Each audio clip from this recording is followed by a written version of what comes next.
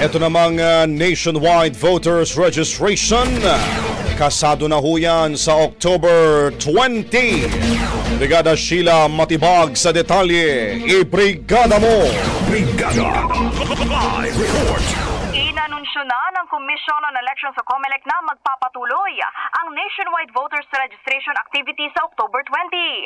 Ayon kay COMELEC Chairperson George Garcia, ang 7 buwang registration period ay mangyayari hanggang May 18, 2026 sa lahat ng rehiyon sa bansa, maliban sa Bangsamoro Autonomous Region in Muslim Mindanao o BARM. Sa isang pahayag, sinabi ni Garcia na inaasahan nilang aabot ng higit 1 milyong mga aplikasyon sa pagpaparehistro ang kanilang maitatala. Paliwanag nito, hindi kasama ang BARM sa aktibidad dahil magkakaroon ito ng sarili nitong voter registration schedule. Mababatid na naganap ang voters registration sa buong bansa noong August 1 hanggang August 10.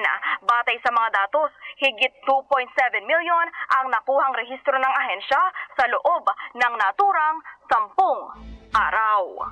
In the heart of changing lives, ako si Brigada Sheila Matibag ng 105.1 Brigada News FM Manila, the Music and News Authority. Ang bahaging ito ay hatid sa atin ng Standout ES4 Capsule. Simulang tuparin ang pangarap ng iyong anak. And starting now,